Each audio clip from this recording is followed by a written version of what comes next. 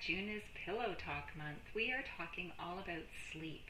So last week we had a bit of a sleep primer. We introduced one really great breathing technique that can help you either fall asleep or fall back asleep, if that's the case. We know how important sleep is, especially during this time in our lives when we're peri and postmenopausal.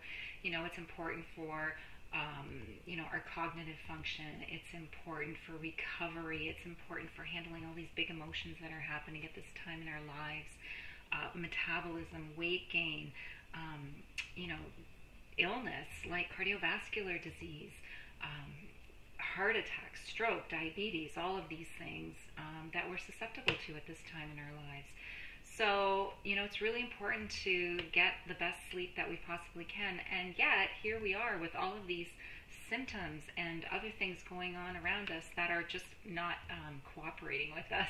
So, today we're going to talk about some sort of best practices for bedtime rituals. Before we go there, my name is Nancy Brooker. I'm the Living in Yes coach for women who are navigating the challenges of menopause.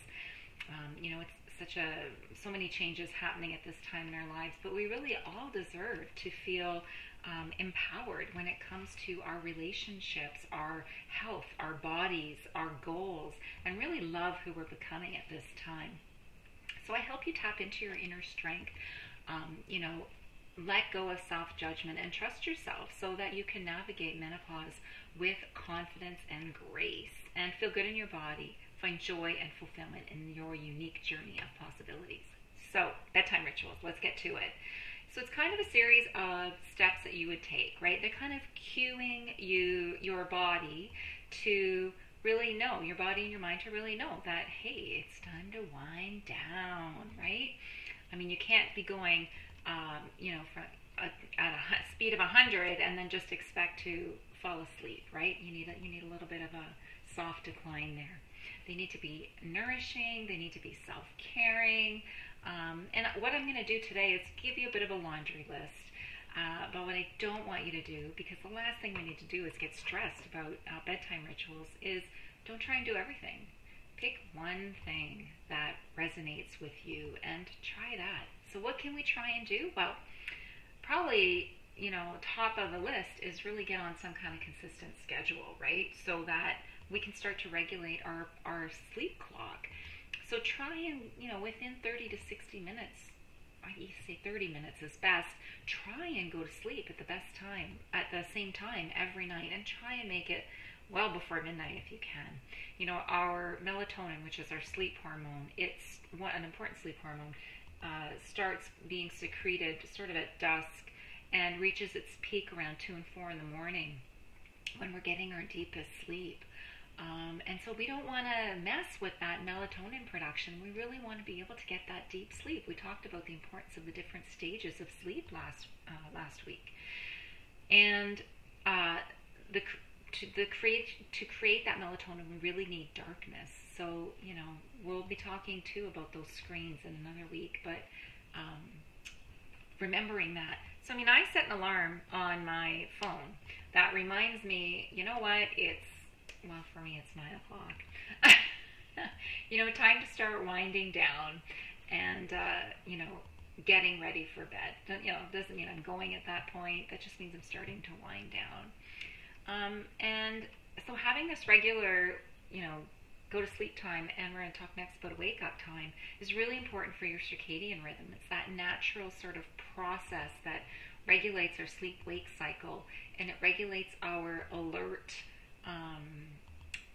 sort of alert sleep cycle. It regulates our hormones, our body temperature, all sorts of things. And so it's really important that and it's so affected by the cues of light and darkness, which we'll get into after, but it's really important that we don't mess with with that rhythm, that we try and support it as best we can. So the next thing is obviously try and go to bed at the same time, and then in the morning try and get up around the same time, 30 to 60 minute window of getting up at the same time, and even on the weekends, right? So again, supporting that circadian rhythm. And then the last thing I want to talk about is, that 30 to 60 minutes, right? I set my alarm for 30 minutes before. And I do this in the morning too, actually, sort of in the opposite direction, sort of a wake up routine. But at night, to try and get yourself relaxed and settled for bed, there are lots of different things you could do. You could, have a nice hot bath. You could read a book. You could journal. Something I think is really great is you could do some sort of like stream of consciousness sort of journaling or writing in your writing, like a brain dump, right? So that you get all of those things out of your head that have been, that little monkey mind thing that's going on, because you don't want that at night. So get it on a piece of paper, put it at the side of your bed, turn it upside down, close it, do something, and that's part of your ritual where you're like, you know what, thank you for, being on my mind today. Understand that you'll be there tomorrow and I'll deal with you tomorrow, and right now I'm going to sleep. And make that part of your ritual, right? Something my husband does, which is amazing. I wish I did this. I'm not so great at it. Is he, before bed, he goes through a little stretch routine. So a little bit of yoga or some sort of stretching or something that is just going to relax your body is really good. The other thing you can do is practice some sort of meditation, right? There are some really great apps for that. You can listen to binaural beats where they have two different frequencies played in your ears that can help you relax.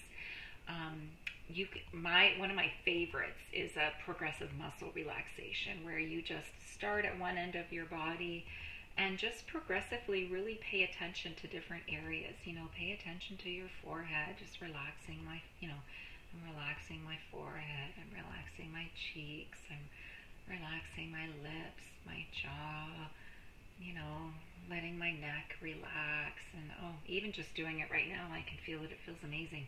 But just following your body all the way down, letting your every part of your body relax, is a bit of a sleep meditation. It feels really nice. You can use some sort of visualization, imagery. I have a friend who's a hypnotist, and I remember him saying that when he's starting to hypnotize people, sometimes he'll ask them to find their happy place. Like, what's your happy place? Is it on a beach?